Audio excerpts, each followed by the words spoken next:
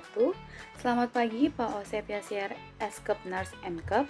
Izin memperkenalkan diri, nama saya Uli Merupa Tampu Bolon dari kelas STR 1B dengan NIM P27904124124. Hari ini saya akan menjalankan tugas yaitu ilmu biomedik dasar dengan metode menjelaskan organ reproduksi pria dan wanita eksternal serta internal.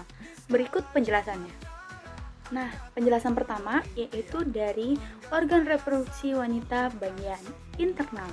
Itu terdiri dari ada tuba fallopi, ada uterine fundus, ada fibran, terus ada uterus, ada endometrium, myometrium, ada perimetrium, ada cervical canal, ada ovarium, ada cervix serta vagina.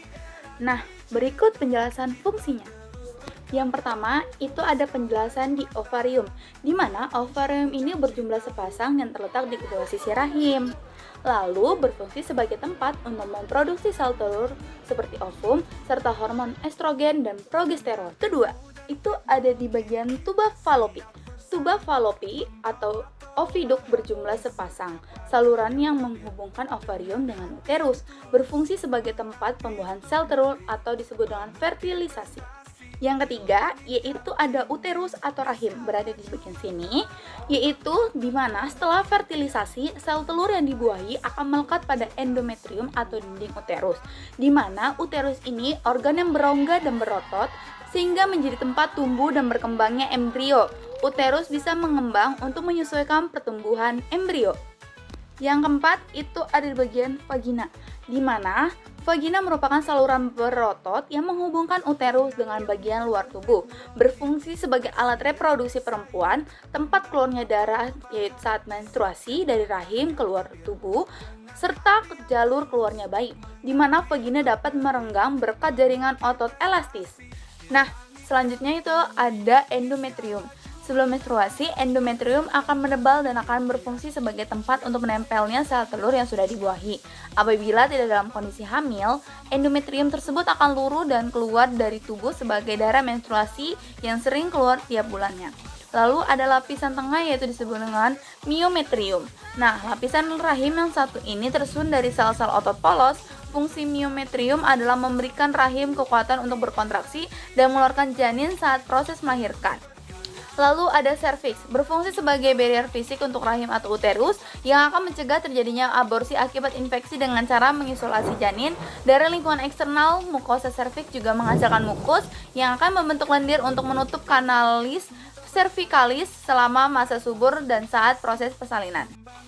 Lalu ada fungsi kanalis cervicalis, yaitu fungsinya sebagai jalur tempat lewatnya sperma saat berhubungan intim dan bayi saat proses persalinan dan tempat keluarnya darah menstruasi.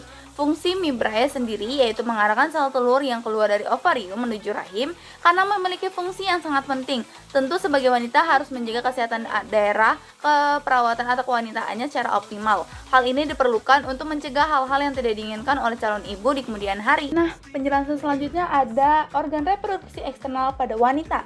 Yaitu pertama ada mons pubis, yaitu berisikan rambut serta lemak, ada klitoris, labia minora, uretra, labia majora, clinical perineum, ada anus, ada vagina, ada vestibul, ada pudendal cleft, ada labia majora, minora, serta pubis. Berikut penjelasannya. Pertama, ada mons pubis. Mons pubis atau jaringan lemak subkutan berbentuk bulat yang lunak dan padat. Mons pubis berperan dalam seksualitas dan melindungi simfisis pubis selama hubungan seksual. Selanjutnya ada bagian labia mayora.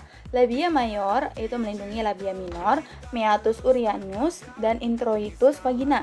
Juga melindungi lubang vagina, di mana labia mayor memiliki dua lipatan kulit panjang yang melengkung dan menutupi lemak dan jaringan ikat yang menyatu dengan mons pubis. Ini labia mayora. Ini panjang, memiliki dua untuk melindungi mons pubis. Selanjutnya itu ada klitoris. Klitoris adalah tonjolan kecil yang terletak di antara labia minora. Klitoris seringkali menjadi titik rangsang wanita saat berhubungan seksual karena bagian tersebut memiliki sekitar 8.000 ujung saraf sehingga membuat sangat sensitif terhadap rangsangan. Ketiga itu ada labia minor. Nah, labia minor itu terletak di bagian sini nih. yaitu fungsinya adalah melindungi lubang vagina dan uretra dari iritasi, kekeringan, serta infeksi. Terletak di antara dua labia mayor dan merupakan lipatan kulit yang panjang, sempit, dan tidak berambut yang memanjang ke arah bawah dan dari bawah klitoris. Selanjutnya ada vestibulum. Vestibulum itu terletak di bagian sini, yaitu berfungsi untuk mengeluarkan cairan yang berguna untuk melumasi vagina pada saat berhubungan seksual. Nah, vestibulum ini berbentuk seperti lonjong terletak antara labia minora, klitoris, dan forsete yang terdiri dari dua muara uretra. Nah, terletak di bagian sini nih. Nah, selanjutnya ada perineum, berfungsi untuk mengontrol proses buang air besar dan buang air kecil agar tetap normal. Perineum juga mengandung struktur yang membantu melahirkan secara normal. Perineum membentuk fondasi yang membantu menopang otot dasar panggul yang menahan organ seperti kandung kemih, usus besar, dan organ reproduksi pada tempatnya. Terdiri dari otot dan fascia urogenitalis serta diafragma pelvis. Perineum membentuk dasar badan perineum. Selanjutnya ada hymen.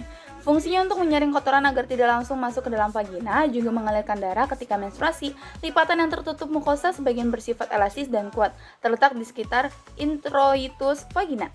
Nah, penjelasan selanjutnya ada di reproduksi internal pria, yaitu ada vas deferens, ampula vas deferens, ada kelenjar prostat, ada kelenjar Cooper, lalu ada epididymis, ada testis, ada glans penis atau kepala penis, lalu ada jaringan erektil, ada uretra, ada vescula seminalis, ada kandung kemih, serta ureter. Berikut penjelasannya. Pertama, itu ada testis, organ primer proses spermatogenesis yang memproduksi sperma, mengalami penurunan dari daerah asalnya melalui kanalis inguinalis ke skrotum, yang memiliki fungsi untuk pembentukan sperma, terus produksi hormon repro atau testosteron, yaitu memiliki fungsi di bagian tubulus seminiferus atau testis. Kedua ada epididymis, yaitu terdiri dari ada sapus, ada korpus, ada cauda. Fungsinya untuk maturasi atau pemandangan sperma, khususnya di daerah ekor epididymis, yaitu sperma menjadi non-motil selama 18 jam. Nah, vas deferens itu saluran panjang yang merupakan kelanjutan dari epididymis. Fungsinya, vas deferens tidak menempel pada testis. Ujung salurannya itu berada di dalam kelenjar prostat. Juga saluran tempat jalannya sperma dari epididymis menuju kantung semen atau kandung mani atau vesicula seminalis. Selanjutnya ada vesicula seminalis, yaitu kantong semen atau kantung mani mengeluarkan sekret atau fruktosa dan hormon prostaglandin, yaitu nutrisi sperma. Selanjutnya ada kelenjar prostat. Nah, kelenjar prostat berada di bagian sini, yaitu terletak bagian atas uretra, di bagian atas uretra dan bawah kandung kemih di bawah sini. Lalu menghasilkan getah sekret atau kolesterol, garam, dan fosfolipid kelangsungan hidup sperma. Selanjutnya ada kelenjar Cooper. Nah, disebut juga kelenjar bulbourethra, saluran langsung menuju uretra, yaitu fungsinya untuk menghasilkan getah yang bersifat basa atau alkali dengan membesarkan uretra dan pelumas penis. Selanjutnya ada saluran ejakulasi atau jaringan erektil, yaitu saluran yang menghubungkan dengan anus yang dimana seminalis dan uretra mengeluarkan sperma menuju uretra. Nah, selanjutnya ada uretra, yaitu saluran akhir reproduksi yang terdapat di dalam penis, dan saluran kelamin yang berasal dari kandung semen atau vesicula seminalis. Selanjutnya itu ada penjelasan di reproduksi eksternal pria. Itu di sini ada kandung kemih. Setelah kandung kemih di bagian sini ada kelenjar prostat, lalu ada uretra, ada vas deferens nih yang ungu ini, lalu ada testis, lalu ada di bagian sini ada skrotum, lalu di sini ada kepala penis, di sini lalu ada lubang penis. Nah, berikut penjelasan serta fungsinya. Pertama ada penis, yaitu reproduksi pria ini berfungsi sebagai organ untuk mengeluarkan urin dan air mani serta sperma. Memiliki 3 bagian, yaitu pangkal penis, batang penis, dan kepala penis. Pangkal penis merupakan bagian yang menempel di dinding perut, serta batang penis terdiri dari corpus cavernosa dan corpus spongiosum. Saat ereksi, corpus cavernosa akan terisi oleh banyak darah sehingga penis membesar dan lebih tegak.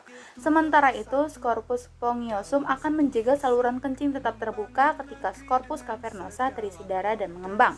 di mana bagian penis lainnya yaitu kepala penis memiliki lubang di ujungnya. Nih di sini sebagai tempat keluarnya urin dan sperma. Di kepala penis juga terdapat kulup, yaitu lipatan kulit yang longgar. Pada bagian kulup inilah yang dipotong saat sunat. Yang kedua ada testis, di mana alat reproduksi pria yang terletak di dalam skrotum memiliki dua testis yang menggantung dalam suatu jaringan yang disebut korda spermatika. Testis berfungsi untuk memproduksi hormon seks pria, yaitu hormon testosteron, di mana di dalam testis juga terdapat tabung yang disebut dengan tubulus seminiferus. Tabung ini bertugas untuk menghasilkan sperma.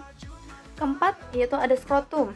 Nah, skrotum ini merupakan kantung yang melindungi buah jakar atau testis dan mengatur suhu di dalamnya. Kantung ini memiliki kulit yang dapat melonggar dan mengerut dengan bantuan otot yang berada di dalamnya. Kulit skrotum akan mengerut agar testis mendekat ke tubuh dan mendapat kehangatan. Sebaliknya, kulit skrotum melonggar agar testis menjauh dari tubuh sehingga suhunya terlalu panas.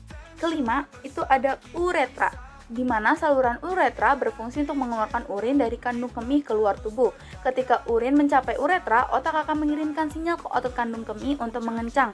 Situasi ini akan membuat tubuh mengeluarkan urin dari kantong kemih. Keenam, ada vas deferens.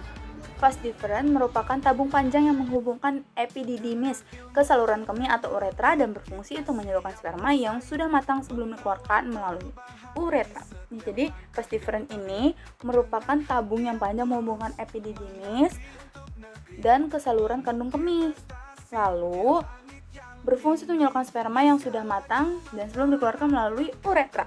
Selanjutnya, ada kelenjar prostat, di mana berfungsi untuk memproduksi air mani, membantu memompa sperma, menciptakan ereksi, menghasilkan enzim prostat spesifik antigen atau PSA, mengontrol aliran urin, serta menunjang hormon pria.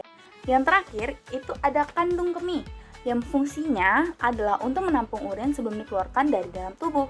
Urin merupakan hasil penyaringan limbah dan darah di dalam tubuh yang dilakukan oleh ginjal.